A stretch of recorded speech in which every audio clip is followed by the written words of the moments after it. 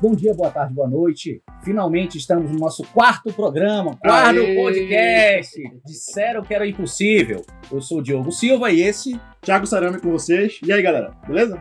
Estamos aqui novamente dos estúdios vizinhos do Projac, o nosso estúdio famoso aqui, Quarto Invertido, tá? E estamos com um convidado muito ilustre, sim, né? Sim. Meu amigo aqui de longa data, Rogério Leandro. E aí, galera, beleza? Aí se você perguntar assim, mas o que o Rogério Leandro faz? Quem é? O que faz da vida? Como se alimenta? Cara, é muito complicado responder uma pergunta assim, resumir assim, né? Mas eu sou um cara que tento. É isso que eu faço da vida, eu tento. É isso, mano. É isso aí. Estamos tentando, né? Estamos tentando, exatamente isso. Neguinho tem que tentar. Neguinho tem que tentar, senão não tem jeito. Mas é isso, cara. Tipo assim, como a gente começou esse podcast recentemente, qual é a minha ideia, assim? Pô, a gente não consegue ter ligação direta com pessoas, assim, muito bombadas e tal, 1 milhão de seguidores e tudo mais. Aí eu falei assim, bem, eu vou chamar meus amigos. Mas assim, não é qualquer amigo. Eu vou lá na minha timeline, então tu já vai sabendo, se tu não veio pro meu podcast, quer dizer que eu não te acho interessante. Exatamente, você não tem conteúdo, né? Se você não recebeu o convite... Eu vou lá na minha timeline, assim, eu olho... Olha... Fulano, interessante, dá um bom papo. Tem conteúdo. Tem conteúdo, pá. Entendeu? E assim você chegou. Show de bola, bacana. Saber que apesar de eu não ter milhões de pessoas me seguindo, eu sou uma pessoa interessante. Ouviu? Você que não me segue? Me siga! Sim, o cara inclusive dá arroba aí pra saber. Vamos lá, arroba Rogério Leandro. Já, meu... Não, assim, já começa dando arroba. Vamos lá. Arroba RogérioLeandro.reallife é o meu Instagram dedicado a línguas estrangeiras. E o Rogério Leandro, underline Rogério Leandro, é o de comédia, né? E o pessoal aí. Então, duas contas de Instagram. De comédia, né? Vamos lá, comédia. Então vamos começar pelo começo, né? Na época que a gente se conheceu, a gente fazia stand-up. Exatamente. Mas eu vou me gabar aqui em cima de ti, porque eu fui o primeiro negro aqui de Belém a fazer stand-up. E isso é algo reconhecido por todas as pessoas na casa do Thiago Sarame. Exatamente. A mamãe sempre fala isso. Não, mas pelo menos na época quando eu comecei a fazer, eu não sei onde é que tu tava. Tu não tava lá ainda. Em casa, mano. Da vida, estudando, aí eu, tipo assim, primeiro negro e tal, e eu tinha maior liberdade de fazer piada com negro e tal, fazia piada racista pra caramba. Por quê? Porque eu era negro, entendeu? Eu achava que nunca ia dar bronca, até que um dia um dono de um bar me expulsou. Sério? Sério, porque, tipo assim, muito pesado as tuas piadas, muito racistas. Mas ele era negro? Não! Ele era branco. Entendeu? O cara se ofendeu. Eu tô falando de mim mesmo, tô falando da classe. Tá se zoando. Mas rolou isso comigo também, uma vez. Eu fui fazer um show ali em frente ao Nômade da Castela, num espaço que nem existe mais lá. E eu tava fazendo meu texto ali, falando da minha infância, então obviamente vai ter algumas piadas um pouco pesadas com relação ao racismo e tudo mais. E daí teve uma menina que falou assim, cara, tava todo mundo rindo, mas daí teve uma hora que ela falou assim, cara, não tá engraçado. Aí eu falei, qual que é o seu conceito de engraçado? Porque tá todo mundo rindo, né? Aí ela, não, porque tu não sabe fazer humor, tá só denegrindo a imagem dos negros. Aí eu falei, mas eu tô falando da minha infância, eu tô denegrindo a minha imagem. O nome disso é autoescárnio, é uma estratégia cômica. Exato. Você não sabe porque você não é comediante. Não tá engraçado pra você, eu entendo. É só você... Quer teu dinheiro de volta? Quer os seus R$5 de volta, você comprar uma coca? Tudo bem. Dá uma coca pra ela aí, moço. Quer com limão ou não? Aí, assim, rolou isso uma vez, o Reckless, né, que a gente fala no stand-up. Mas é normal. É normal. Outro fenômeno que aconteceu comigo, não sei se aconteceu contigo na época da comédia também, é que todo bar ou pub que eu me apresentava, uma semana depois falia. Amaldiçoado, cara, olha aí. Inclusive, se quiserem contratar nosso show aqui, a gente vai começar. Olha lá. O nome do show é Apocalipse. Não, eu acho que não aconteceu comigo, assim, de falir. Mas eu cheguei a fazer show, por exemplo, naquele Libra do Chardo. Aí parou de ter show lá, mudou de volta pro... no Centur. Mudou de volta pro teatro mesmo, de fato, que tava em reforma. O final do Open Mic que eu participei foi lá. Foi lá? Foi na rede. Pois é, fiz no Clube da Piada, obviamente, que faliu depois. Serginho. Aham. Também fiz lá. Faliu. Faliu. Eu fiz no Saara Long Bar. Saara. Que não chegou a falir, ele só não deu certo. E parou também. Aí parou. Fiz no Saara também. Foi a última vez que eu me apresentei, foi no Saara. Senador Lemos Condó. Exatamente. Onde mais eu fiz? Aí porque eu comecei a... Não. Sabe por que tu não fez? Porque faliu. Porque tu tinha feito antes. Entendi. Mas eu fiz no Café com Arte, ainda tá rolando lá o café. Eu não fiz, por isso que tá lá. Só que não tem mais comédia. Porque eles ficaram sabendo. E o espaço que eu fiz o show não existe mais. Não existe mais. Ou seja, tipo assim, parece que faz stand-up ali, aí no outro dia o cara, o dono fala assim, corta. O Café com Arte não faliu, mas aquele espaço implodiu. Entendeu? Então foi... A maldição do stand-up de Belém. Mas vamos tentar fazer o beabá também, porque sempre a gente tem aqueles nossos espectadores aqui que estão começando na vida, estão saindo da caverna agora, né? Explicar para ele o básico. O que seria fazer um show, né? Comédia stand-up. Um stand-up. O que seria isso?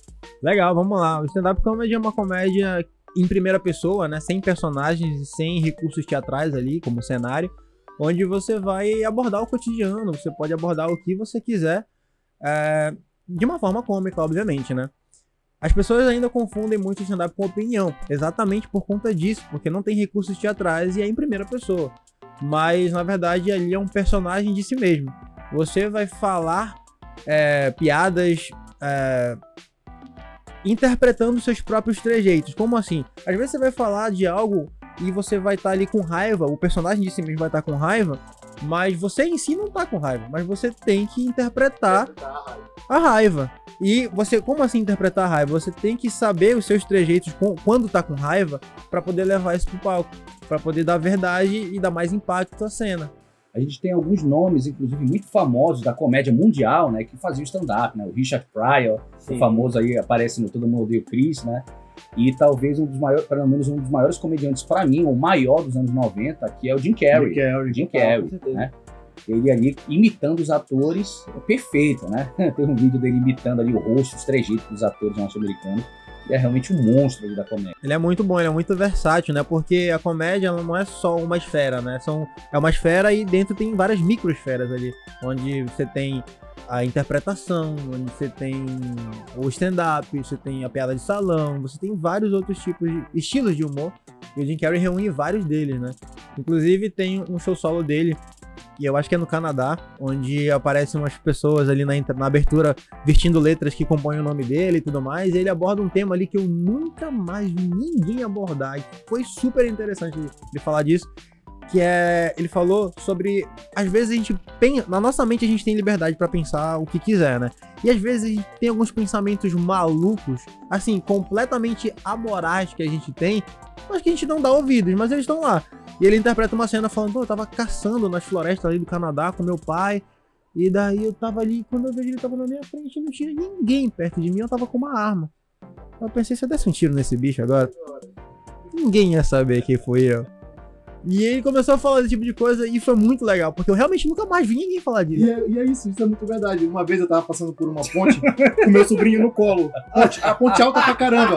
Aí eu fiquei olhando assim. O leite tá muito caro. Sim, né? É o demônio falando no ouvido. Eu preciso começar um investimento. Vai lá. Mas comprando esse não vai dar. Se a gente fizesse tudo que a gente pensa, de verdade, a gente tava A gente já lascado. tinha se matado há muito tempo. Estado de barbárie, não. Então a comédia faz isso, né? A comédia ela consegue externar coisas desse tipo. Tipo, muitas vezes ninguém para pra pensar nisso. Aí o cara vai lá e faz uma piada sobre aquilo. Que uma piada pode ser algo assim irrelevante, mas olha a carga que traz, tá entendendo? O peso. Exatamente, esse peso bate muito em camada de autoaceitação, né? Porque alguém que não consegue rir de problemas é porque não conseguiu superar esses problemas ainda, né? Você só consegue rir daquilo que você já tá resolvido com você. E o comediante faz exatamente isso, ele trata os próprios problemas no palco como uma forma de realmente relaxar e superar isso aí. Vamos pra uma polêmica, que tu tá dizendo que você consegue rir daquilo que não é mais um problema pra ti. É. Então, vamos dizer que um cara que é negro, uma mulher que seja negra, seja o que for, e se ofende com uma piada. Tu acha que ela não tá, de certa forma, se aceitando 100% na condição de negra? Por que ela se ofendeu com uma piada que nem é ofensiva, mas às vezes, por exemplo, falando da Gorinha, que a menina, quando tava te dizendo lá que a tua piada não tinha graça, ela falou denegrir. Tem gente que se ofende com isso, com essa palavra, denegrir. Exatamente. Pô, por que vai se ofender com uma palavra? Aí ela vai pegar o conceito histórico lá de trás, porque denegrir... Pseudo-histórico. Pseudo-histórico. E se ofende, chora e tudo mais. Qual é o papo? O que tu acha que passa na cabeça de uma pessoa dessa? Bom, eu acho muito legal o conceito de camadas, de fato, como se fosse uma cebola mesmo, né? Por que a pessoa ela se sente ofendida com esse tipo de coisa, até com palavras em si? De novo, questões mal resolvidas na infância. todos nós, como negros, de fato, passamos por uma infância bem conturbada. E é por isso que, não sei se você já percebeu, quando você tá passando na rua e vem um branco do outro lado, vocês não se falam, nem se olham. Mas quando é um outro negro, vocês ficam se encarando até um falar com o outro. Ou tá com medo de ser assaltado pelo celular. Mas fala, e aí, beleza? Inclusive no UFPA, eu tinha uns amigos de intercâmbio, uns africanos, que eles só falavam comigo. Eu era o único negro de oceanografia. E quando a gente tava indo pra RU almoçar, que eles vinham, a gente ficava assim encarando, ficava um tempão assim, ó, balançando a cabeça dele e falando: e aí, olha esse cara, olha esse cara, olha esse cara. É, esse cara. E a gente ficou. Esse era o nosso papo durante 4 anos. Eu não sei o nome deles. Era só olha esse cara. E era muito legal. Mas enfim, a menina lá, cara, que aconteceu no show, o que eu acredito? Eu acredito que ela não conseguiu superar. Ela era negra? Não é que ela era negra, mas as ofensas que ela recebeu por ser negra. Por exemplo, a mulher negra é muito complicada, a questão do cabelo. Poxa, você não tem um... com certeza, e é exigido dela pela sociedade ser bonita e estar naquele padrão de beleza. E você não encontra em muitos lugares com facilidade gente que sabe tratar de cabelo negro, né? Por isso que eu raspei a cabeça, tô brincando, nada a ver. E eu sei que pra ela é uma questão bem mais complicada, só que o que acontece com a maioria das pessoas? Elas não tentam resolver esses problemas, elas simplesmente tentam fingir que eles não existem, ou que eles já passaram, mas na verdade é uma mágoa, uma ferida que continua aberta. Então quando algo encosta nessa ferida, dói, mesmo que seja uma piada. E mesmo que seja uma piada que não é ofensiva, eu tô olhando de nenhum dos lados. Exato. Assim, aquela coisa acaba sendo muito subjetiva. Não é ofensivo pra quem? Pra quem não sofreu aquilo ali. Entendeu? Eu entendo o lado dela. Tanto é que eu não teria problema nenhum em falar, cara, desculpa. Assim, não foi a minha intenção, sabe? Mas tenta entender o meu lado também. Eu tô falando de uma coisa que eu nem sei o que você viveu, pô. Eu vou atirar aqui, vou falar várias coisas, de algumas coisas podem te ofender. E assim, não é nem só com relação à piada, pô, convivência. Às vezes você tá com a sua namorada ali, você faz alguma coisa que ela não gosta porque as pessoas na casa dela faziam isso, mas você não sabia. Então a pessoa tem que saber que a convivência, ela requer esse tipo de coisa, compreensão, né? Nesse caso, dá pra gente ligar com uma pergunta que foi feita muitos anos atrás, né? Em alguns programas, inclusive de humor aí, para alguns humoristas. Tem limite pro humor, pra comédia? Existe um limite pra isso? Né? Será que, olha, a gente não pode fazer piada com judeu, a gente não pode fazer, sei lá, piada com mulher ou com negro? Aí é o limite da comédia, aí é o limite do humor, né? Ultrapassar esse limite, de repente, seria ofensivo, seria racismo e esse ismo que o pessoal inventa. Tem limite pra comédia? Na minha opinião, cara, a comédia não tem limite exatamente porque a comédia é uma entidade. Como assim? Ela tá acima do espaço, ela tá acima do tempo, ela tá acima das próprias pessoas, assim. Então, não há limite para uma entidade, não tem limite para algo que é muito superior a esse plano. E por que eu te falo isso? Porque o cômico, ele vai existir como algo intrínseco de quem consegue raciocinar, entendeu? Não precisa falar, não precisa ter qualquer tipo de sociedade. Vai existir algo que vai acontecer, alguém escorregar, alguém se bater, e uma outra pessoa vai rir. É simples como isso. Agora, claro, existem limites interpessoais, existem limites pessoais. Tem coisas com as quais eu não gosto de brincar. Eu poderia, mas eu não gosto. Por um limite pessoal meu, psicológico meu. Assim como daqui a 2, 3 anos eu posso superar isso, o limite vai ser outro. Mas o limite pessoal existe.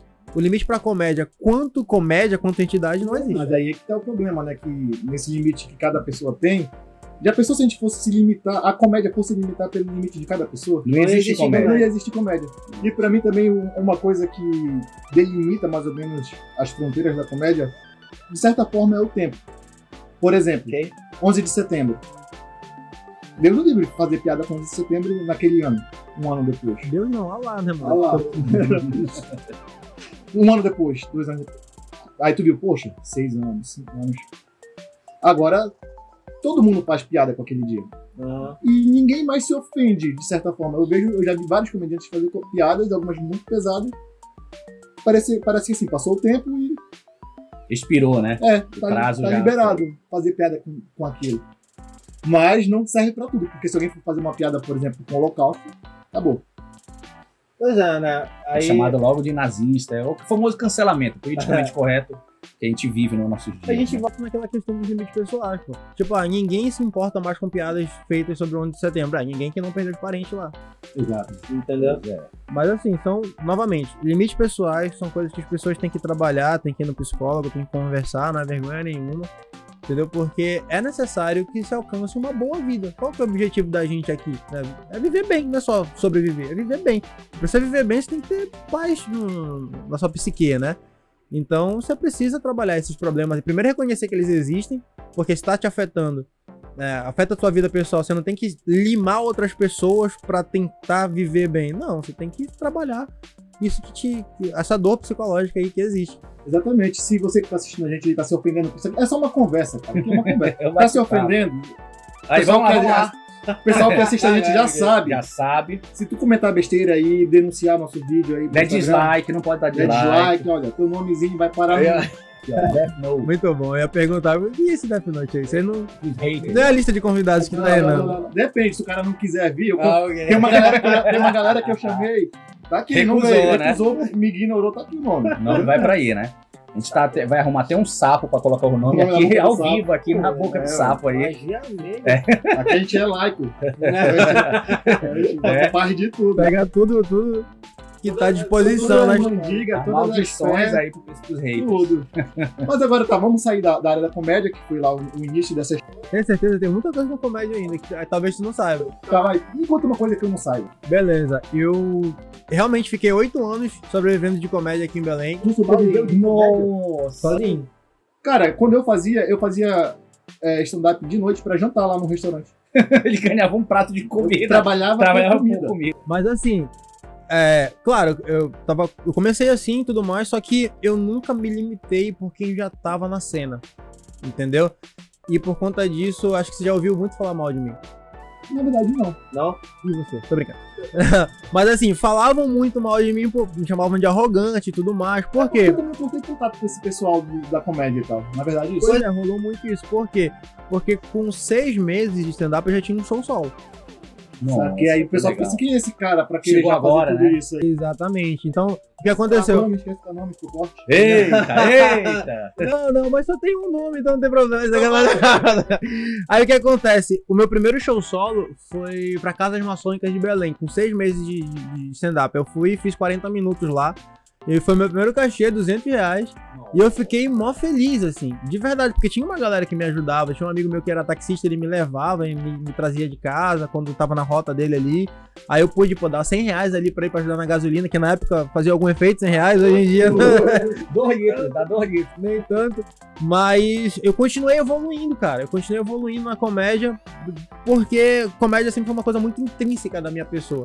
Eu sempre, desde que eu consigo me lembrar, tô conversando com as pessoas e tem um momento em que tá todo mundo olhando pra mim, eu tô parado contando uma história e tá todo mundo rindo. Isso sempre existiu na minha vida e sempre vai existir, não importa o que eu faça. Hoje eu trabalho de garçom também, fora outras coisas que eu faço. Mas no meio do garçom, de entregar pizza pra um lado e pro outro, eu faço amizade e volto esse negócio. Tá falando uma história e a galera tá rindo. É de ti mesmo. Então... Vamos ver, então vamos... Agora, conta uma piada. Não, a pior coisa que tu pode fazer. Retira ele. Como é teu nome mesmo? É o pior pecado no meio da comédia, quando tá um lugar e alguém fala assim, conta uma piada aí. Chama outro negro. É porque ele não tá em sintonia, eu tava sentindo isso. Não tô conseguindo sentir a ligação aqui, cara. Ele não é da classe. Não é. Ó, racismo inverso, racismo inverso. Não existe racismo inverso. Pois é, cara. Aí, enfim, o que eu tive que fazer? Eu não queria trabalhar num grupo na época, isso foi uma questão também, porque eu tava muito empolgado, tava escrevendo, tava testando, e tinha uma galera que hoje eu entendo que eles já estavam há, 2 anos. Tipo, o Rodrigo Rodrigues, amigo pra caramba. Rodrigo Rodrigues. Encontrei ele nas baladas da vida aí depois. Pois é, esse cara, ele é muito bom. Ele já tava há 2 anos na comédia, ele não tava com a mesma empolgação que eu na época. Aí ele me chamou pra um grupo e falei, não, vamos lá. Só que daí quando eu vi que a galera tava assim, só queria chegar pra fazer show e não queria conseguir show, não queria divulgar show, só queria fazer, aí eu, cara, eu prefiro meio que fazer sozinho então. Foi o mesmo problema que eu tive com o Diogo Simões, exatamente. Eu nem sabia que ele tinha continuado. A gente chegou a fazer show no Saara Long Bar. Eu tinha um horário lá, eu tinha 1 hora de show solo. Aí eu falei, cara, e um cachê lá, era 300 reais que eu ganhava. Aí eu falei, cara, eu prefiro dividir isso aqui e dividir os problemas de divulgação, de até tempo de palco, não tem problema nenhum. Aí eu convidei ele, vamos fazer um show junto e tal, tudo mais.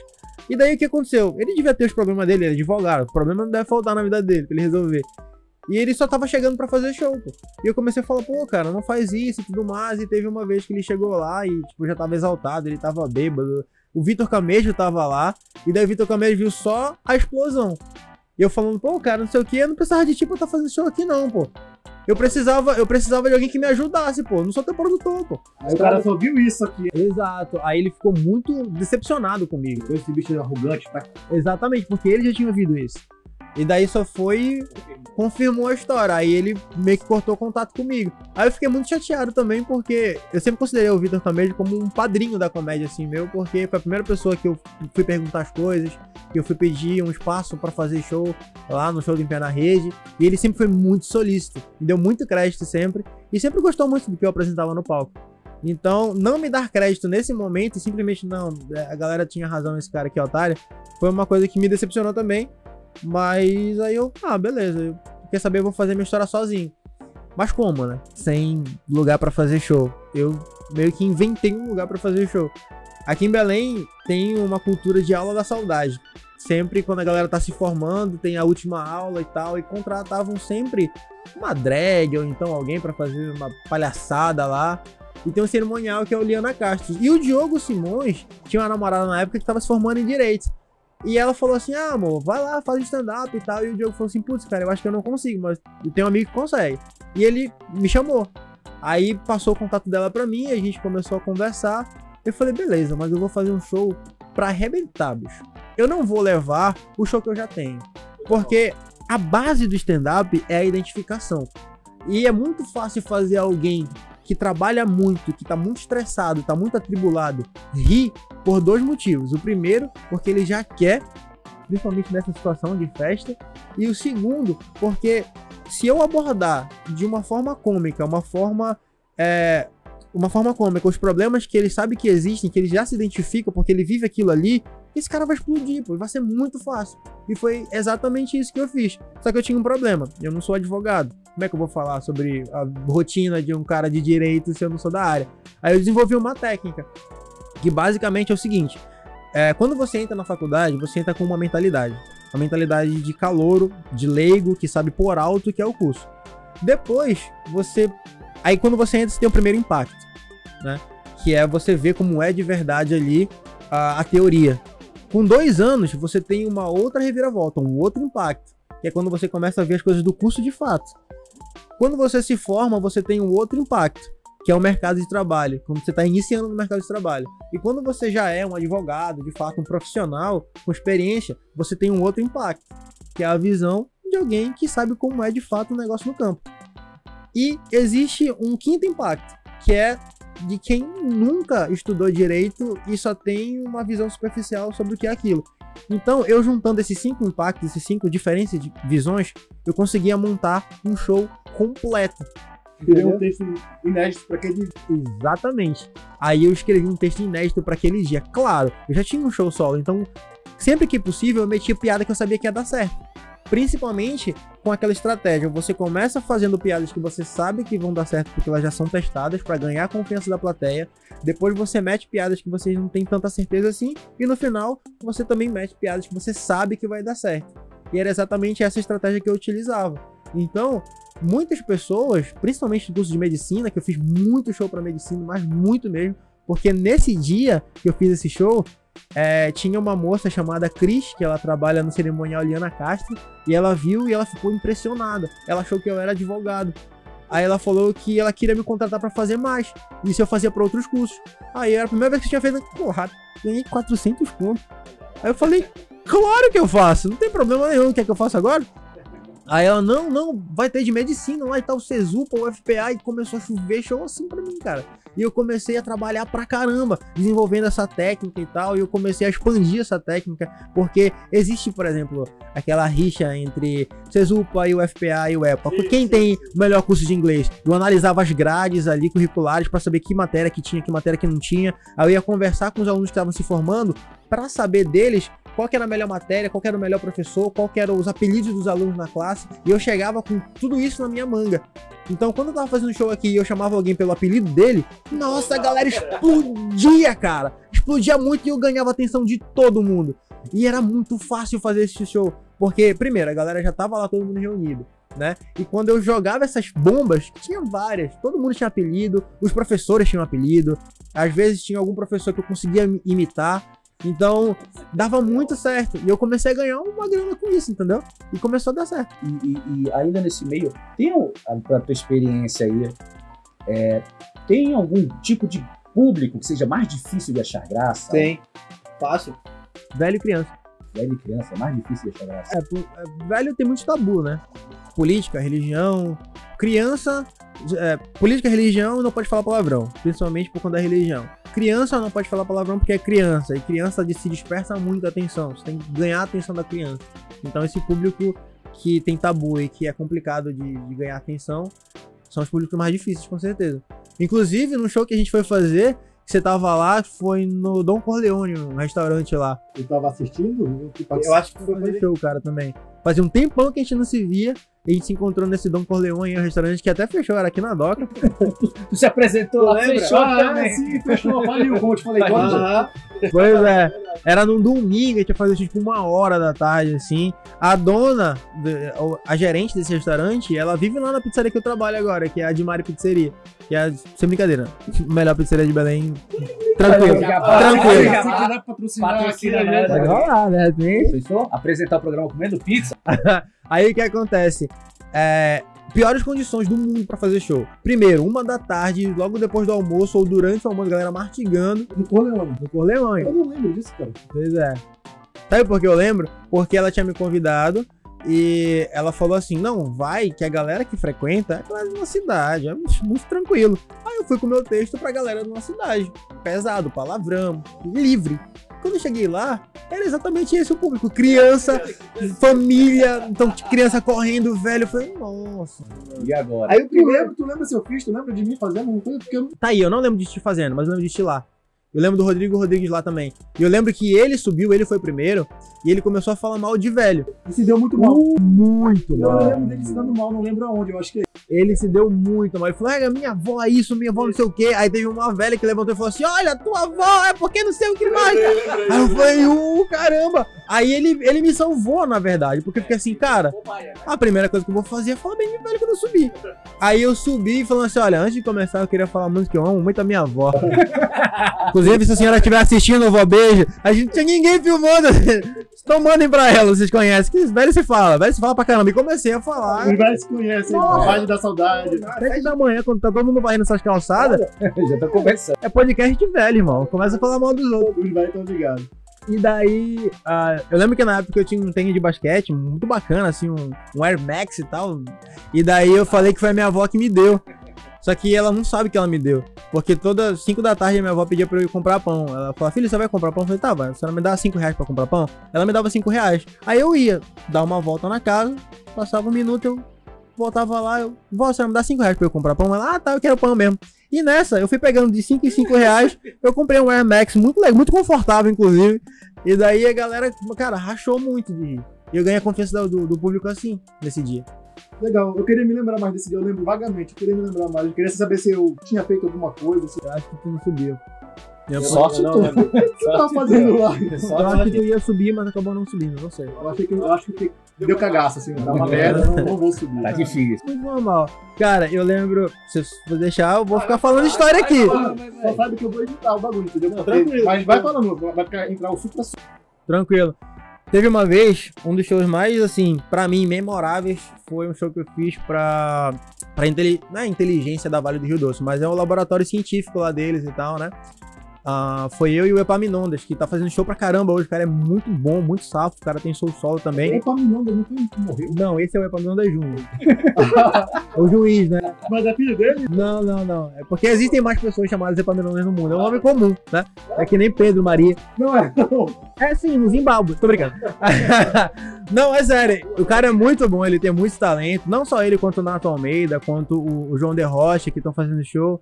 Todos juntos. Pois é, esse cara em especial, ele tem muito talento. E pra ele, eu compartilhei um pouco dessa técnica, né? Porque a gente foi fazer show lá na Vale do Rio Doce. E daí, teve um tempo que eu chamava ele pra fazer show comigo, porque ele ainda não tinha o show solo dele. E não tinha encontrado os meninos ainda, do show Pitel. E o que acontece? A gente foi conversar com a diretoria lá da Vale. E daí ela falou, olha, a gente quer um show de comédia nesse dia aqui. Vai estar todos os professores e doutores de geologia e a galera que é muito safa. E a gente quer que vocês façam um show de comédia, mas assim, não pode ter palavrão, não pode denegrir a imagem de ninguém, não pode falar mal de mulher, não pode falar mal de preto, não pode falar mal de basicamente nada. E a gente ainda quer que vocês falem bem desses artigos e trabalhos que ganharam um prêmio. Assim, ela queria um mestre de cerimônia, entendeu? Ela não queria um show de comédia. Mas eu sempre tive uma coisa comigo, cara. Eu não sou bom. Eu não tenho esse negócio chamado talento aí que o pessoal fala. Então eu vou pegar todas essas amarrações e vou fazer um show de comédia. E o Epa, ele é assim também. Ele é muito bom, então ele fala assim, quer saber? Se eu sou bom, vou aceitar o desafio. Porque assim, eu entendo comediante que fala assim, não, a gente tem que expandir as barreiras e a mente das pessoas, fazendo piada que as pessoas não querem ouvir, ou que elas têm problema mesmo, porque é o nosso trabalho como desbravadores aí da comédia para seguir em frente para um mundo mais livre. Eu entendo, e tudo bem. Mas eu gosto desses desafios também. Tipo, tem um público que é muito difícil ali. Vamos fazer show pra... Vamos entender que tema que eles vão achar fácil de rir. Que eles vão conseguir. Porque eles riem, todo mundo ri. Todo mundo ri. As pessoas podem se recriminar por rir sobre determinado assunto, mas todo mundo ri. E eu quero saber como é que eu posso fazer aquele cara ali. Entendeu? Aí eu fui pra fazer esse show na Vale. Sabe o que eu fiz? Eu e Epa estudamos o tipo em abelhas que não tinham ferrão pra detectar a área de polinização das abelhas ali, pra poder extrair, não sei o que mais, tudo mais. E daí a gente começou a fazer comédia pastelão, né? Clau. Aí a gente começou a falar assim, cara, primeiramente a gente queria agradecer muito e parabenizar quem escreveu o artigo sobre o microchip em abelhas para mapear a área de polinização. Realmente foi uma ideia excelente colocar o microchip nas abelhas, principalmente sem ferrão. E eu fazia a escada e o Epa cortava. Eu falei, não, a ideia excelente não foi nem encontrar a abelha, foi encontrar o chip da Claro. Porque se fosse da Tina ia dar certo. E a gente começou a fazer isso, sabe? Levantar e quebrar a expectativa com bobagem. Mas é uma bobagem que não estava sendo esperada. Entendeu? E era sobre um assunto... Sério, né? Sério. Então, nossa, a gente ganhou. Nossa, a gente destruiu muito nesse jogo. E a gente fez exatamente o que ela pediu. E foi muito bom, só que assim, o preço que eles pagaram era pequeno, eles não faziam ideia do trabalho que dá.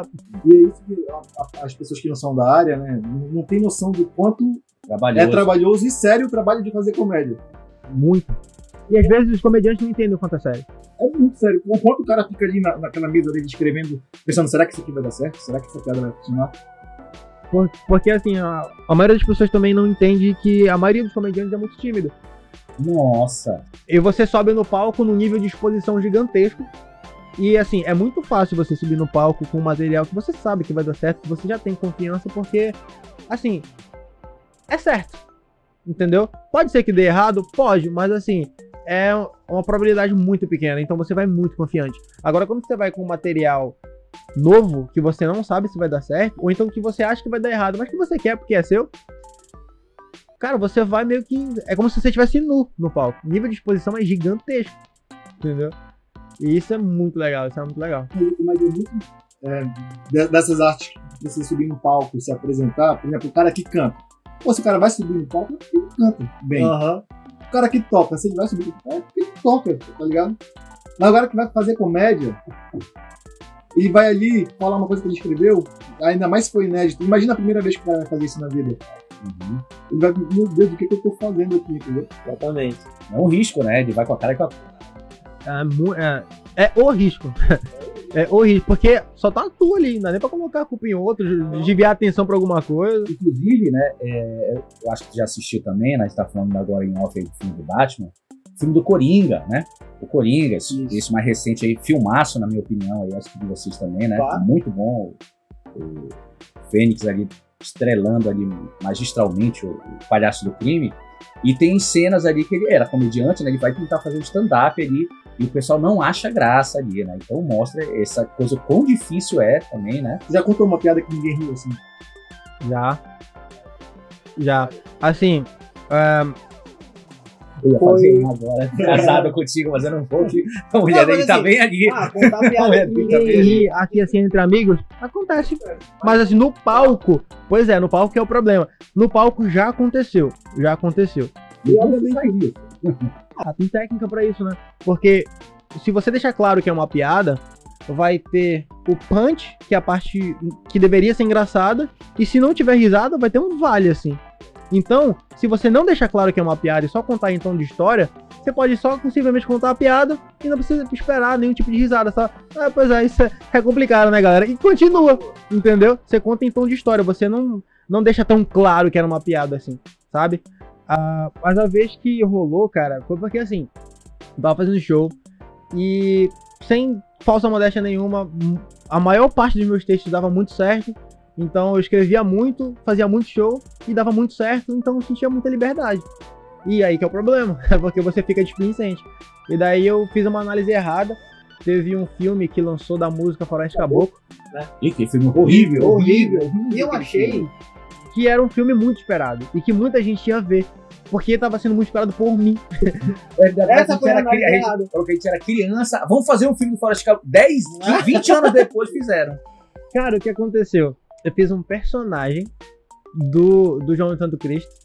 Foi nem stand-up, foi um personagem do João de Santo Cristo. E eu levei esse personagem pro palco. E o personagem era da música avaliando o filme. Entendeu? Ou seja, pra você rir das piadas, você tinha que ter visto o filme. Sim. E a galera não viu. Porque o filme foi um fracasso em bilheteria. Então, eu fazia as piadas, cara. E assim, sabe aquele... o carro querendo engrenar. Ninguém ria. Mas daí, isso que eu acho muito legal também. Cara, pra fazer um show de 1 hora, eu ensaiava pelo menos 5 horas. Eu quebrava o show de 60 minutos em 4 blocos de 15 minutos, ensaiava cada bloco 1 hora, várias vezes, e depois ensaiava o bloco todo 1 hora. 1 hora corrida, né? Pelo menos. Por quê? Porque você tem que memorizar as piadas, você tem que memorizar as palavras-chave que vão te fazer lembrar do próximo texto. Então, eu levava aquilo muito a sério. Muito por vaidade também, não vou mentir não, porque obviamente que eu gosto de ser aplaudido, obviamente que eu gosto que as pessoas olhem pra mim e falem que esse cara não é bom, esse cara é fenomenal. Claro que eu gosto disso. Então, eu trabalhava muito por isso. E por que eu tô falando isso? Porque apesar de ninguém ter rido durante, sei lá, 30 minutos, de verdade, eu fiz exatamente o que eu ensaiei. E eu saí do palco com a alma limpa. Eu não saí triste. Falei assim, cara, não deu certo. Que droga, né? Mas é isso. Porque eu deixei tudo no palco. Eu ensaiei e eu fiz exatamente aquilo. Muita gente, inclusive meu pai, que infelizmente já faleceu, às vezes o papai não entendia isso. Eu chegava em casa com 600 reais no bolso, depois de 1 hora de trabalho. E aí, meu filho, como é que foi? Aí eu falava, pai, não foi bom não. Porque eu esqueci uma piada. E aí ia perguntar, esquece piada? Claro, porque imagina, você tá com... 1 hora não, porque eu pegava 20 minutos ali de texto que eu já sabia que ia dar certo, né? Botava 10 minutos no início, 10 minutos no final. Mas 40 minutos de texto novo, pra uma galera, vocês upam, uma galera rica que tá te pagando para fazer rir. Não, uma galera que já chega no salto alto ali, que já, ou pelo menos você vai com essa impressão, vai, nem todo mundo é assim. É um peso muito grande. A galera te dá 600 mil reais pra tu fazer um show, você não é conhecido, ninguém tá ali pra te ver. Você tem uma responsabilidade muito grande. Então, eu ensaiava muito. E eu comecei a parar de fazer comédia, eu querer sair daquilo, porque não tava me fazendo bem, pô. Porque eu queria ser preciosista. Eu não queria esquecer piada, eu queria ser... Que o que eu apresentasse fosse muito bom e mais. Acho que um erro que eu cometi, que nenhum comediante deve cometer, é que eu comecei a levar meu trabalho muito a sério. Eu queria ser visto como alguém inteligente, não como alguém engraçado. Alguém engraçado tudo bem, mas eu não queria ser visto como idiota, como bobo, entendeu? Como os comediantes são vistos. Eu queria ser visto como alguém inteligente, pelo que eu tava fazendo, pelo quanto eu estudava. Eu que deixava claro o quanto eu estudava. Eu fazia piadas muito específicas. Eu lembro que para um show de odontologia, eu fiz uma piada com uma progressão de abscesso, que ia até septicemia e tudo mais. E eu achava isso fascinante, isso me fascinava. E eu achava muito legal isso. Mas esse fascínio, pelo próprio trabalho, era visto como arrogância. E por alguns comediantes, amigos próximos ali. E no frigir dos ovos ali não me fazia bem no final do dia, porque eu não teve, depois de um tempo que tava tudo indo bem, dava tudo certo, todo mundo ria pra caramba, só tinha isso, não tinha aquele reconhecimento que eu queria, tipo, caralho, aquele cara ali é realmente um ponto fora da curva. Não tinha isso. O pessoal ria ali do teu show E morria. acabou. Entendeu? Aí eu deveria ter aberto um canal no YouTube, eu deveria ter colocado tudo isso, mas eu sempre fui muito zero à esquerda pra tecnologia e não... Entendi. Cara, bem, a gente falou bem aqui da parte da comédia, né? Vamos falar da tragédia. Não necessariamente. Eu te conheço da comédia, já te assisti se apresentando, sempre achei muito bom. Eu tava ali no Instagram um belo dia, aí tu aparece numa praça da República, não lembro qual era esse vídeo, numa praça. Falei, deixa eu ver o que ele tá falando aqui, deve ser alguma piada, até imaginei. Dei o play. E tu tava falando inglês. Aí eu olhei assim, what the fuck? Entendeu? Que porra é essa aqui? Ei, corta aí. O Diogo é aquele de velho do stand-up que não pode falar. Não pode falar palavrão. Tem criança assistindo. Aí, tipo, que é isso? O que tá acontecendo? Pois é. Que chave foi essa que mudou na tua vida? Que virou, né? Pois é. O stand-up é um gênero de comédia em inglês, né? Então eu consumia muito conteúdo em inglês e eu queria fazer um show de stand-up em inglês. A minha ganância, assim, quando eu não falava inglês, era fazer um show de stand-up em inglês. E eu comecei a escrever em inglês. Então eu fiz um curso que não me levou até onde eu queria, né? Eu queria ser fluente, mas eu não sabia o que era fluência, ninguém me explicava o que era fluência, eu não sabia o que era teste de proficiência. E eu só queria falar inglês, eu queria, assim, falar inglês como eu falo português. Acho que a maioria das pessoas quer isso. Mas eu não sabia como chegar lá. E ninguém conseguia me entender porque eu entendia os professores, mas não entendia um filme quando eu ligava a TV. E eu comecei a procurar uma saída sozinho. Escrever piada em inglês mesmo, e tentar, e ver referência de comédia em inglês, consumir material em inglês, escrever, tentar, e tentando. Até que eu conheci um cara chamado Gabriel Poliglota. Eu encontrei um vídeo dele, tava de bobeira no YouTube. Eu encontrei um vídeo dele falando em 25 línguas enquanto andava na rua. Ele só ia trocando de idiomas, como quem troca de calçada. Eu achei aquilo fenomenal. Eu achei aquilo muito impressionante. Eu lembro como se fosse hoje. Eu pensando assim, puxa, eu queria falar assim, ter essa habilidade com esse cara. Esse cara é um gênio, né? Eu queria muito esse cara. Ele falou assim, eu não sou um gênio. Parece que era comigo. Eu não sou um gênio. Você pode fazer isso também. Quer vender curso, claro, né? Aí ele, não, você pode fazer isso. Você pode só fazer isso e você chegar lá. Aí eu, não. Aí mudei pra outro vídeo, maratonei os vídeos dele. E ele sempre falava a mesma coisa. E daí tinha convidado. Aí eu conheci o Steve Kaufman, que é um senhor de 76 anos hoje. Tem uma plataforma chamada Lingby. E ele fala 20 idiomas. E ele falava a mesma coisa. É só você fazer isso que você consegue. Aí eu conheci a Lina Vassi, que já tive o prazer de entrevistar. Uma poliglota mundialmente renomada. Fala 10 idiomas, 10 ou 12. E a mesma coisa. Faz isso que você consegue. Eu comecei a cruzar os dados e a galera fala a mesma coisa. Eu tomei uma decisão. Falei, quer saber? Ninguém tá me vendendo nada. Os caras só estão falando, faz isso. O que eu vou fazer, pô? E daí eu comecei a estudar. Eu comecei a ir nos teóricos que eles falavam. O professor Stephen Krashen e tal, com a teoria do Comprehensible Input, que eu posso explicar depois.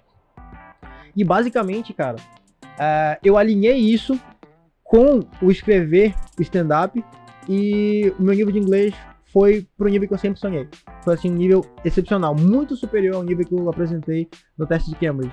Então, logo depois disso, eu me vi numa situação onde eu estava numa entrevista de emprego com um preceptor lá da Grécia, que eu estava querendo sair do Brasil, então estava tentando entrar em navios de cruzeiro como garçom e tudo mais. Eu fiz uma entrevista de inglês com ele e eu juro por Deus, eu me peguei pensando, cara, eu não vou falar tão livremente, tão normalmente, porque eu não sei o nível de inglês dele. Eu tava preocupado dele conseguir me entender, pô. Entendeu? Porque ser capaz de utilizar expressões linguísticas, ser capaz de utilizar set phrases, faz com que você tenha uma liberdade gigantesca. E nem todo mundo tem esse nível. Eu falo tranquilo com um nativo, com todas as minhas armas, digamos assim, porque eu sei que ele vai me entender. Mas com outras pessoas, eu preciso me segurar. E daí foi aí que eu percebi, cara, eu tô no nível que eu sempre quis. Agora eu quero mais, porque esses caras são poliglotas, e porque eles sabem fazer, eu vou saber também. E o meu sonho era aprender alemão. Aí hoje eu falo alemão também. Só que eu não tenho o mesmo nível de inglês que eu tenho de alemão. Eu consigo me comunicar, cometo muitos erros, mas eu consigo entender e falar. E é isso. E eu tô melhorando cada dia mais. Espanhol também, italiano comecei mês passado. Quantas línguas? Italiano, tem que fazer mãozinha. Sì, parlare italiano. Mi piace moltissimo parlare l'italiano. Aprendemos aqui na Terra Nostra. Mezenga. Quantas línguas mais ou menos você já arranha e fala? Línguas estrangeiras 4, né? Tirando o português. Então seria italiano, espanhol, o inglês e o alemão. Com níveis diferentes de proficiência, de fluência. Né? O mais alto é inglês. Mas alto é inglês. Então na capa do teu vídeo no YouTube vai estar comediante troglodita. Isso. Comediante poliglota. Vai estar colocando com tacato esse nome das cavernas. E o legal, cara, do stand-up me ajudar nessa coisa do inglês é exatamente porque para você desenvolver a habilidade de fala, você precisa treinar essa habilidade. E não precisa, o que as pessoas não sabem é que você não precisa necessariamente conversar com uma outra pessoa. Você pode se filmar, você pode falar em voz alta sozinho, você pode ensaiar como eu sempre fiz com as minhas piadas. Então eu escrevia em inglês e ensaiava. E tanto é que no meu podcast lá no Spotify, o Outbreakcast, o terceiro episódio é eu fazendo stand-up pra uma nativa, em inglês. Tá, fala um pouco desse teu podcast aí. Tu faz um podcast falando inglês, mas também falando em português. Qual é o público-alvo desse teu podcast? Vamos lá, o público-alvo são brasileiros ou pessoas que sabem falar português, não necessariamente brasileiros, mas que querem aprender o inglês. Porque o meu podcast é conversando com pessoas no mundo inteiro em inglês sobre os temas mais variados, mas o detalhe é que você vai ter o áudio e depois você vai ter a transcrição daquele episódio em inglês e português. E mais, você vai ter a análise do episódio, onde eu vou analisar tempos verbais utilizados, expressões linguísticas e muitas coisas. Então tu faz esse podcast para depois usar ele numa aula. Exatamente, eu tenho um curso de conversação em inglês. Quem tem uma base de inglês, isso é muito importante. Eu não ensino do zero, porque eu não tenho tempo para isso, simplesmente por isso, porque eu também trabalho no outro projeto de um amigo meu, que é a pizzaria, que eu posso falar depois. Eu só tenho basicamente os horários livres da manhã. Então, o máximo que eu posso fazer é ensinar como aprender, treinar a pessoa a como aprender e a partir de então ser um language partner. Ou seja, ser a pessoa que vai trocar uma ideia com aquela pessoa, fala, olha, você precisa melhorar aqui, aqui, aqui. Você quer uma aula disso aqui ou você consegue tranquilo? Não, eu consigo tranquilo. Tenta sozinho. Não conseguiu? Deixa eu te explicar. Lê esse material. Estuda assim. Vamos pegar a tua rotina aqui. Aonde, de segunda a segunda, aonde no teu dia você consegue tirar 30, 40 minutos para fazer esse exercício aqui. E quando eu digo exercício, não é ler e marcar uma questão. Não, é você ler um material, que você tem o áudio daquele material e que você tem a transcrição em português daquele material. E eu ensino como estudar também, porque existe o estudo ativo e o estudo passivo. Como é isso? O estudo ativo é aquele que você vai de fato sentar, ler o texto, ouvir o texto e depois tentar acompanhar o narrador num exercício que a gente chama de shadowing. O narrador está contando a história, você já leu aquela história, você já entendeu aquela história, porque ela está em português e inglês, e você vai tentar acompanhar o sotaque dele para você desenvolver o seu próprio sotaque e a sua fala. Depois, você vai para o estudo passivo, que é quando você vai estar no ônibus, lavando louça ou fazendo alguma atividade que não requer tanta atenção, aí você vai colocar o áudio daquele texto que você já trabalhou, como forma também de memorizar as palavras novas. Então eu ensino esse tipo de técnica. Na verdade, let's talk in English, please. Okay, if you want. Olha aí, Switch out your language. Você sabe o verbo to be. A partir de agora vai estar legendado aí, né? Pra vocês aí que não entendem. Mas seria bem legal, né? Se quiser, olha, tamo junto aí, pode rolar. Mas enfim, cara, o que eu ensino basicamente, o objetivo do curso é ensinar pra pessoa um sistema onde ela precisa captar palavras, aprender a memorizar aquelas palavras e daí praticar. O objetivo do meu curso é fazer com que a pessoa não precise mais nem do meu e de nenhum curso, entendeu? Porque assim como eu não preciso mais, porque eu consigo aprender sozinho, todo mundo consegue aprender sozinho com a internet. Você só precisa ter um bom material. Eu fiz um comentário na casa de uns amigos, a gente estava assistindo Big Brother, eu acho que não foi o tipo. Com certeza não fui eu. Aí no intervalo, passou o comercial de um curso de inglês. Eu me levantei e falei assim, por que ainda existe curso de inglês? Aí, tipo assim, na hora de meus amigos... Todo mundo assim, porque é preciso, porque falar inglês é importante. Eu falei, cara, mas é uma parada que se o cara quiser aprender, ele consegue por fora. Entendeu? Tu não vai precisar fazer um Enem do inglês pra tu passar por um sistema oficial de aprendizagem. Mais ou menos, cara. Na verdade, assim... Você precisa, se você quiser entrar numa multinacional ou então fazer faculdade fora do Brasil, você precisa... Algum certificado. Alguns países, eles requisitam um certificado, seja o TOEFL, seja o IELTS, seja o Cambridge, são provas de certificação internacional. Fala um pouquinho disso. Ok, mas daí tu faz a prova de certificação, não necessariamente tu tem o certificado do CCAA. Não, mas isso não vale de nada, tá? É disso que eu tô falando. Certificado de CCAA, de qualquer escola de inglês. De qualquer escola de inglês. Mas não vale nada. era disso que eu tava falando. Tu se certifica com a tua habilidade, tu vai fazer uma prova e se certifica. Isso. Independente do curso que tu tenha feito. Ou se não tiver feito nenhum curso. Ou se não tiver feito nenhum curso. É por isso que só instituições mundialmente reconhecidas, elas são, de fato, que tem peso no currículo. Outras, não importa que você fez um curso na esquina da sua casa. Se você for bom e fizer uma prova de verdade que é considerada, aí você está internacionalmente certificado. Entendeu?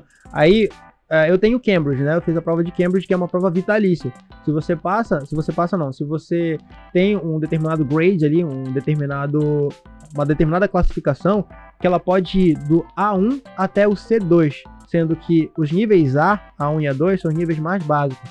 B1 e B2 são os níveis intermediários. Eles são considerados por instituições reconhecidas mundialmente como Cambridge, como um nível de estudante ou então de English speaker, que seja independente. Você já consegue se virar na sociedade ali sozinho, não precisa de nenhum apoio. E o C1, os níveis C, são níveis de proficiência máxima, onde você já consegue até cursar uma universidade sem problemas nenhum, porque você tem proficiência para isso, né? Nível de habilidade no idioma para isso. Então, é uma prova de 5 fases, onde você tem a parte do Use of English, ou então o uso gramatical ali, né? Você tem 2 redações, você tem a prova de speaking, né? Você vai conversar com alguém lá da Inglaterra, ou então um representante de São Paulo. Eu conversei com um representante de São Paulo, e ele vai te fazer algumas perguntas. Existem alguns tipos de perguntas. Perguntas livres, que ele vai perguntar, e aí, fala um pouco do último livro que você leu. Fala o que você gosta de fazer no seu tempo livre. Aí você vai e tem que discorrer, tem 1 minuto. Aí ele vai te mostrar depois 2 imagens, vai pedir para você comparar, não descrever, tem diferenças. Então, é basicamente isso. Tem que saber realmente. Tem que saber. E desses idiomas que tu aprendeste até agora, qual que tu acha assim, que é mais complicado? É o alemão, é o italiano? O alemão, com certeza. É porque o alemão é de uma outra família, né? Os idiomas são como pessoas. A gente tem árvore genealógica, a gente tem família, tem parentesco. E assim como tem uma diferença muito gritante entre o fenótipo de um negro e um chinês, existe uma diferença muito gritante entre a estrutura gramatical de idiomas que vêm do latim, como o português, espanhol e italiano, para idiomas germânicos, como o alemão e o próprio inglês, que é um idioma germânico. Mas o inglês ainda tem muita influência latina. Por isso que você utiliza o sistema SVO, sujeito, verbo, objeto. No alemão, não. No alemão, você não fala eu vou para a praia porque o tempo está bonito. Você não fala assim. Você fala eu vou para a praia porque o tempo bonito está. Então, o verbo, ele precisa ficar na segunda posição e sempre na última posição. Você pode mudar o sujeito e tudo mais, mas o verbo tem sempre a posição 2, que é a segunda posição ali, e a última posição, né? Fora frases subordinadas. A declinação também. Exatamente. É porque é uma coisa diferenciada das declinações, eu digo porque eu fiz latim instrumental, né? Então eu sabia ler, né? Eu sabia porque faltava prática, hoje acho que eu não sei mais. Normal. A questão de ler documentação em latim, né? Escrita ali pelo jesuíta e tal. E na hora de estudar declinação, meu Deus, isso é muito diferente, cara, né? Porque eu digo, eu amo, eu só tenho a palavra amo, né? O amar, e muda a terminação, né? Amavas, amam, e aí vai embora. Pois é, no caso do verbo, porque a gente está acostumado a conjugar o verbo, né? Mas no caso da declinação, você vai conjugar substantivos, adjetivos também, que dependendo da posição que eles estão na frase, eles vão ter uma terminação diferente. E dependendo da língua, como o finlandês, por exemplo, que tem 25 casos, a palavra pode mudar completamente. E na questão da fonética mesmo, da forma de falar de cada língua, a gente percebe que quando um americano tenta falar português, ele tem dificuldade com fala pão, fala pau, com R. Com R. É bem legal, porque, inclusive, eu li um artigo científico muito legal, eu fiz um vídeo sobre isso. O artigo falava sobre a adaptação que o sistema bucal sofre para gerar os sons intrínsecos daquele idioma, né? Por exemplo, quando eu vou gerar um R no inglês, eu falo R, eu utilizo ali a língua e aproximo ela do palato, do céu da boca. Mas quando eu vou utilizar o R no alemão, é aqui atrás, no final da língua, quase na garganta já. Pra falar palavras como Streichholzschachtel, por exemplo, né? Bem aqui, bem lá atrás. Então, é muito legal a gente falar disso, por quê? Porque muita gente não aprende uma língua por vergonha de pronunciar corretamente. Falar errado. Não, falar corretamente. Parece que é meio zoado, às vezes parece que tá forçando uma coisa que não é natural tua. Exatamente, mas é isso, você tá forçando uma coisa que não é natural sua, mas não porque você quer se mostrar algo tipo. É porque é você assim, quer que seja natural. é assim que né? se fala. Nós somos animais, como seres humanos, somos tribais, né? Então, quando uma tribo não se identifica comigo, ela tende a me afastar. Isso é muito normal. Inclusive, é o que o professor de filosofia fala naquele livro Sapiens, Uma Breve História da Humanidade, né? Então, quando você não é reconhecido por aquela tribo, você não é abraçada pelaquela tribo, você é empurrada pra fora. É a peer pressure que a gente volta a falar, quando você tenta falar com um sotaque assim que a sua família não reconhece e começa a fazer piada de você. E o contrário também acontece. Quando você vai para os Estados Unidos, ninguém vai te zoar quando você consegue falar com o sotaque correto. Pelo contrário, as pessoas vão te aceitar. E você vai sentir parte daquilo ali. E você vai ficar cada vez mais motivado a falar com um sotaque cada vez mais forte. E quando você volta pro Brasil, nossa, você volta arrasando. E daí que fala assim, nossa, é só sair do Brasil. Hoje em dia com a internet, você não precisa. Hoje em dia só ele em Santa Catarina, quando volta, já... Já volta diferente paraense. Né? Diz que não, diz que já chega. Que é esse negócio preto aí, esse negócio de açaí, né? Cadê a granola? Ai, sem granola não dá. Sem granola. Cara, é muito interessante tudo isso. A gente já tá aqui com quase 1 hora de E o papo voando, papo voando. Teria mais alguma coisa que tu tenha a colocar aqui? Sobre esse tema? Sobre tem, Ou então a questão do cruzeiro, que a gente estava falando antes. Ah, sim, pois é, eu estudei pra caramba oceanografia, né? Sou formado em oceanografia aí. Eu estudei inglês também porque 70% do curso era em inglês. De oceanografia? De oceanografia, Por quê? Porque era um curso novo no Brasil. Na época que eu fiz, em 2010, ele tinha só 40 anos no Brasil e 10 anos em Belém. Então é um curso bem novo. Então a literatura toda era em inglês. Devido à literatura, vocês precisavam aprender inglês. Exatamente. Então, a minha grande ambição era entrar na Marinha, né, ser primeiro oficial de náutica. Mas, em 2014 e 2015, o Brasil sofreu algumas crises econômicas da carne, do petróleo. E por conta disso, o mercado mercante, ele meio que deu uma estagnada ali. E o almirante, ele suspendeu a prova. E eu não pude mais fazer essa prova. Aí, eu fiquei literalmente a ver navios, né? E daí comecei... a querer sair do Brasil, a tentar me virar no inglês ali pra ir pra navio de cruzeiro, porque é o único jeito de você sair do país sem ter dinheiro, sair pra trabalhar. Eu estudei 4 anos, foram anos de luta libertária dos meus antepassados pra eu voltar pro navio negreiro. Mas eu até peço desculpa aí pra galera que morreu tentando fazer eu estudar, mas é porque não mudou muita coisa, galera. Vai por mim. Continua difícil pra caramba. O cara se forma pra continuar ganhando salário mínimo aqui no Brasil. Cara, eu tinha muito problema com isso, porque eu trabalhei pra muita gente que nunca estudou. Exatamente. É uma fórmula que eu sempre falo para meus alunos assim, antigamente, né, quando eu digo antigamente na nossa época, assim, não faz muito tempo, né, 10 anos atrás, existia uma fórmula, você fazia o seu médio, fazia um cursinho, entrava na faculdade, saía da faculdade, ia pro seu emprego, e aí você tava com a vida feita, ganha. Só que essa equação não funciona hoje. Então, pelos absurdos, a gente vê gente que não tem nem o ensino fundamental completo, às vezes fazendo vídeo no TikTok e ganhando milhões, né? Indo para Nova York. Essas são as distorções do capitalismo, na verdade. De certa forma. A gente pode estar reclamando, mas o cara que tá ganhando lá no TikTok... Ele tá muito feliz. E às vezes foi sem querer, né? Ele fez um negócio que viralizou. Ele A conclusão disso, vamos fazer um TikTok. Vamos dançar, vamos aprender a dancinha. Já pensei em fazer um TikTok... negando a própria existência do TikTok. Pensei em fazer um TikTok dizendo não ao TikTok. Olha aí, sabe? Usando o sistema contra o sistema. Eu tenho até um nome pro teu TikTok. Pode usar, não vou nem te cobrar royalties nem nada. Pode usar Negão. Tá negando. Só nega as coisas. Gostei, tá aí. Me senti mais motivado a ver o TikTok agora. Boa. Negão, vai bombar, cara. Com certeza. Só, pelo menos tá publicidade nossa aqui. Com certeza, é que nem aquele italiano, né? Aquele negócio que faz assim, só faz assim. Isso. É a mesma coisa. O cara ganha rico. Olha o trabalho que a gente tem pra fazer um podcast, pra gerar conteúdo, pra ser interessante. O cara fez isso aqui assim, ó. E não fala nada, só. Pois é.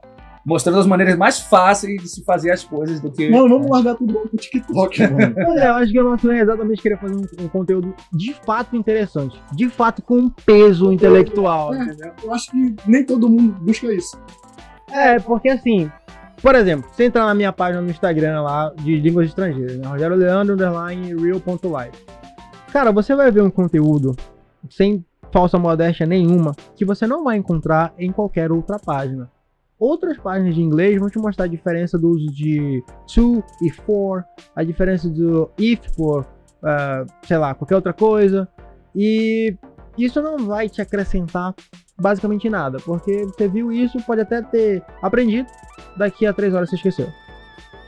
O que você vai encontrar na minha página é motivação, que você vai precisar, se você quiser de fato percorrer esse caminho.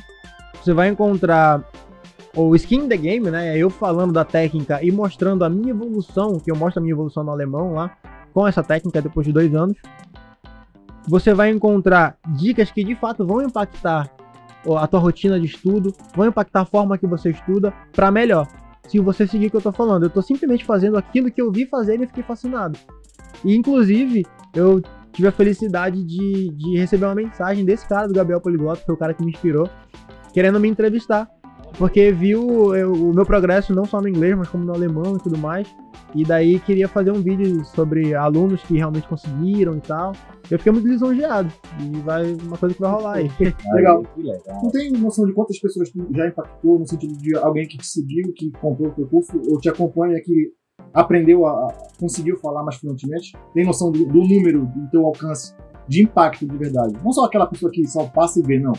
Que realmente seguiu os teus passos e conseguiu.